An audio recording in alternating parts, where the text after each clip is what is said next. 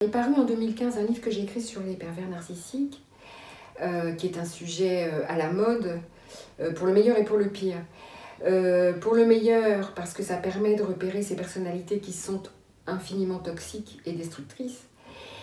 Et pour le pire, parce qu'aujourd'hui, malheureusement, le phénomène de mode fait que dès qu'on a un différend avec quelqu'un ou qu'on est face à une personnalité un peu difficile, elle devient perverse narcissique.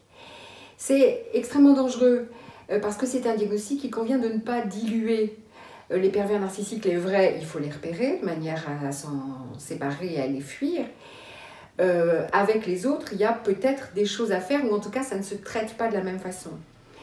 Une des difficultés, je pense, c'est que ce mot n'est plus entendu, s'il n'a jamais été dans les tribunaux, parce que les juges en particulier en ont ras-le-bol, qu'on leur serve de la perversion narcissique à tout va, et qui n'est pas forcément juste. Ce n'est pas forcément les personnes difficiles ne sont pas forcément des pervers narcissiques. Par exemple, n'est pas pervers narcissique celui qui se livre dans sa vie courante, par moments et de façon ponctuelle, à certaines petites manipulations, mentir, dissimuler, se faire passer pour quelque chose qu'on n'est pas, avoir des arguments ad hominem qui attaquent l'homme plutôt que des arguments qui restent sur le plan dialectique, etc., etc. On est tous capables de ça. Ça ne fait pas de nous tous des pervers, mais on est tous capables de mécanismes pervers.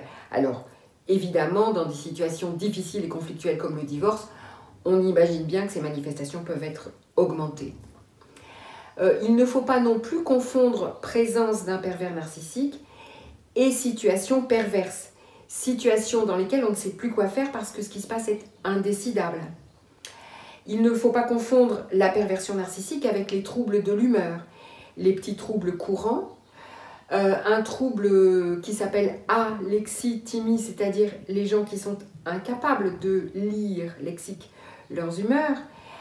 Un autre diagnostic qui est proche et qui pourrait être confondu sont les troubles bipolaires. Une personne bipolaire n'est pas perverse narcissique, elle est bipolaire, même si dans certains états où elle est en plein trouble, elle est complètement dysfonctionnelle. La perversion narcissique aussi est proche de la personnalité paranoïaque. Qui sont les gens qui ont une personnalité paranoïaque sont des gens qui sont très difficiles à vivre, mais ils ne sont pas pervers narcissiques. Et puis, il y a des personnalités narcissiques qui ne sont pas perverses, ça ne les empêche pas d'être pénibles.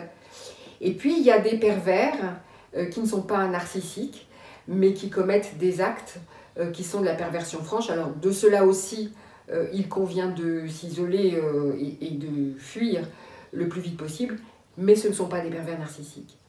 Donc, pour résumer, pervers narcissiques, oui. Apprendre à les repérer, oui. En voir partout, non, parce que c'est dangereux au final.